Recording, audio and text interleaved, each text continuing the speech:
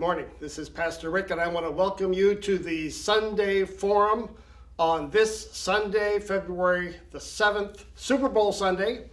But not only is the big game today, we're starting our faith, vocation, and education series, a 7-part series where we lift up various themes that surround this very important topic for us here at Emmanuel, faith, vocation, and economics. Each Sunday we'll have this Sunday Forum on the topic, and then we'll invite you back on Monday to talk with the lecturer. This week, I'm the first lecturer, but then we're going to bring in lecturers from all around the country. Take a look at our website for those who will be speaking on any given Monday at 10 o'clock. We'll probably go about 45 minutes, so we're discussing these important topics for the disciple of Jesus Christ. We're calling it the 8-day discipleship. That's my topic today because that image for me has tied together these 3 topics of faith, vocation, and economics, and I'm going to explain that in a second. But let me start with a story about breakfast and Jesus. I often hear the prayer when you meet as Christians, especially in a formal gathering, this prayer at breakfast where someone will thank God for the food, here for the oatmeal and the bananas, but then they'll say something like, we're grateful not only for the food, but the hands that prepared it. I'm sure you've heard that said as well. But when you think about that, it's not just the hands that prepared it, it's the hands that had to work to get it on my plate.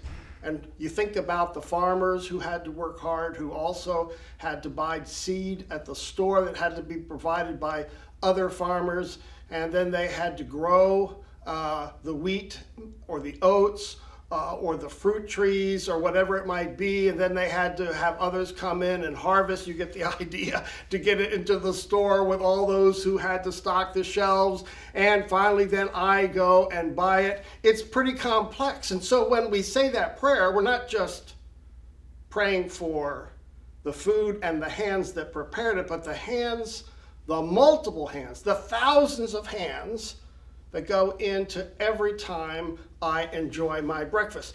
And when you think about that, now we're starting to tie in the complexities of economics, the importance of work in how God delivers daily bread to us, and the role that faith plays.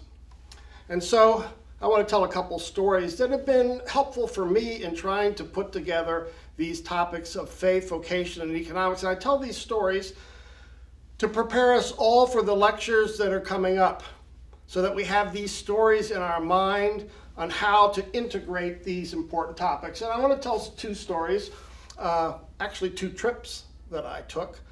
The first is to the Basilica in Philippi, right in eastern Greece. And the second is a walk that I took one summer day on the University of Minnesota campus. But I want to start first with the Basilica of Philippi, where we were taking a look. It was a tour group through Greece and Turkey. Here we're in Greece, we're in Philippi, and we see these beautiful ruins, architectural ruins of this basilica. And the basilica, I believe, was from the 4th or 5th century. And as we were walking around, I counted the sides of the church building, of the architecture, and it had 8 sides. And I turned to our guide and I said, I don't think I've ever seen an 8-sided church before. What does that mean? Because I know numbers in the Bible mean things, like 12 would be the 12 tribes of Israel, right? 10, the 10 commandments. 7's the number of perfection, the days of creation, and on it goes. And he said, oh, the 8th day, the 8 sides, talks about the 8th day of creation. And he said, I think he noticed that I looked a little puzzled. He said, yeah, God created the world in 6 days. On the 7th day he rested. But the 8th day celebrates the resurrected Jesus, who now is creating new life. So the creation begins again, this new creation. And I was astounded by that these early Christians built their churches to lift up important themes about new creation in Jesus Christ, life after the resurrection. They wanted the Eightsided architecture to be their witness to the type of life they were living in Jesus Christ. So that lifts up the eighth day of creation, that once we're baptized, new creation, right? So that was what is meant by eighth day discipleship. Those who are living by faith, those who are living the life of the resurrected Jesus. And that then lifts up these important themes of work and rest. Because sometimes when we think about heaven, we think it's just a place of rest in peace, right? But the Bible talks about it, the work continues of building together the new creation. And that's why even our baptismal fonts are often 8 sides, because that's where the 8th day of creation begins. So that was a whole new thought for me. 8th day of creation, it's a time of rest, but also of resurrection work. And that's why all over the world you see these 8-sided churches. All over the world. Here are just some examples from England, from Scandinavia, and from Russia. So that witness, that early architectural witness, has been carried on over the centuries in every culture and land. That's my first story. 8th day living, 8th day work, 8th day discipleship. But that became clearer for me when I took a walk on the University of Minnesota campus, and I saw this old building that had been refurbished. It was beautiful, but they, with the refurbishment, had kept some of the old features of that building from the 19th century. And one of them was the words written above one of the beams which said, home economics. And some of you probably remember this from your college days, or maybe from your high school days. I know in our high school we still had home economics class for the girls and for some of the football players, and then shop was meant for the boys. But this actually was a college course for many years where these land grant institutions, universities, were trying to teach families how to thrive, how to use the local produce in the area to build a better life for themselves, better nutrition, how to care for their children, how to cook more efficiently, how to balance budgets. I mean, home economics really was how to arrange the whole family life so that the family could thrive in a particular environment. And that's exactly the word the Bible uses to describe what Jesus is doing for us. He's sitting on the right hand of the Father, managing, stewarding the world. In essence, we are God's home economics project. That's the new life we have in Christ, and Christ is recreating all the world and all of creation. So this is amazing how the Bible talks about stewardship and home economics in the sense of management, stewardship, a new plan, a new dispensation, administration. All those words are the way the Bible translates the word economics. And so we want to explore how our speakers come together and talk about this connection between faith and work and economics, because the Bible speaks about it quite frequently. And so that's our goal. How do we align in our life of discipleship? How do we frame that life so that we integrate faith, vocation, and economics? How do they hang together so that they're not separate topics? Because often I know when I grew up in the church as a young person, we didn't talk about faith and economics at all. I had no idea, let alone rarely faith and money. And work, our work life from Monday through Saturday was, well, we didn't know how that really influenced our faith. And so that's why bringing these topics together is so important, to live the life of faith, to live the life of discipleship. And so here we want to make some definitions and hold on to these definitions so that when we hear our speakers, we have these definitions in mind. Faith is our response to the promise of God. Faith is always directed to a promise that God gives us in Jesus Christ. And so our response to God's promise for us in the life, death, and resurrection of Jesus is then the life of faith. And we will use Luther's catechism because Luther's catechism goes into great detail in how we are to respond to Jesus in faith, and really lays out all the nuance and all the detail about that promise to us. So if that's faith, how we'll use it in this lecture series. But also vocation. Now let's be honest, we mostly talk about work, don't we, rather than vocation.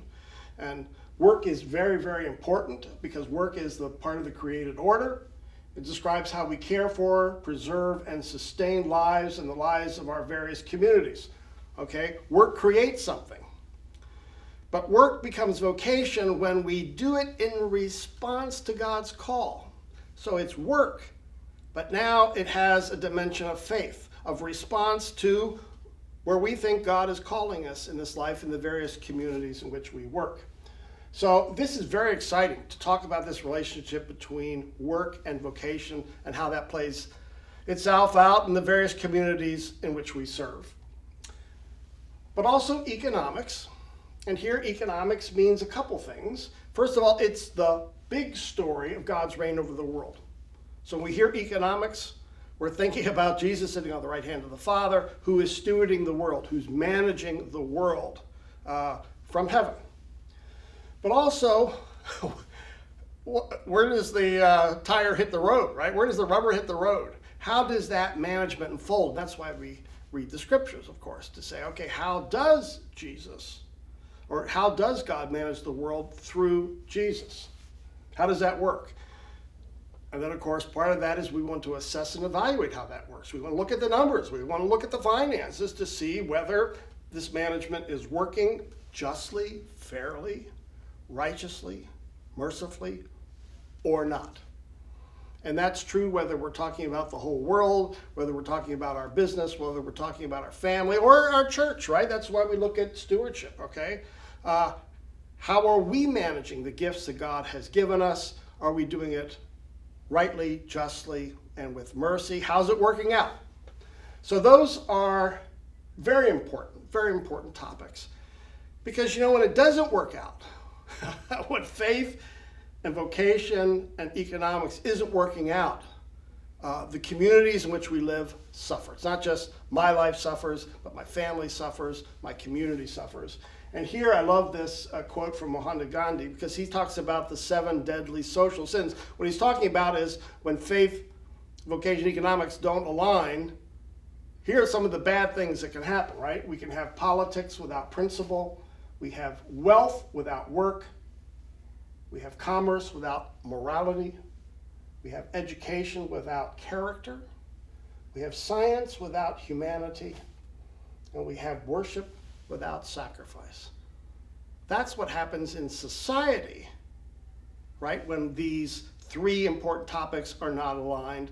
But these things are also then reflected in the deficiencies in our personal lives, in our spiritual lives, in our family lives, in our work lives as well. So again, the importance of this lecture series, the importance of aligning faith, vocation, and economics.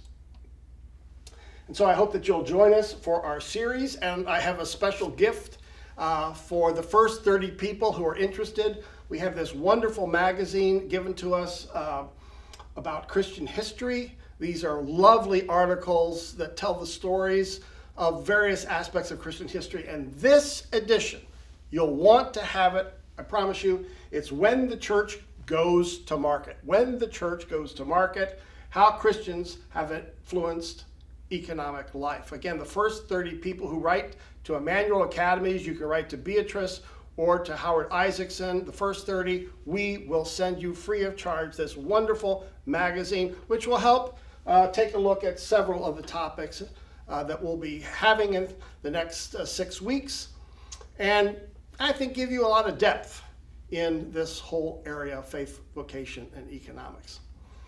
So join us then, join me tomorrow at 10 o'clock where we'll talk about this topic more deeply. It's at 10 o'clock live via Zoom. Take a look at the website and the e-blast so that you can join us for this conversation and for the other 6 that are coming in February and March. Finally, we want to close our session with this wonderful hymn, Praise to the Lord the Almighty. This is a hymn you know. This is a hymn you've sung many, many times. But this time, as you sing it, and as you watch our congregation sing it, especially Steve, listen to the words, listen to the verses, because in this hymn, faith, vocation, faith, work, and economics are brought together and aligned in a beautiful way. So sing along with our congregation. Praise to the Lord, the Almighty. Thanks for joining us for the Sunday Forum. See you tomorrow at 10. Bye-bye now.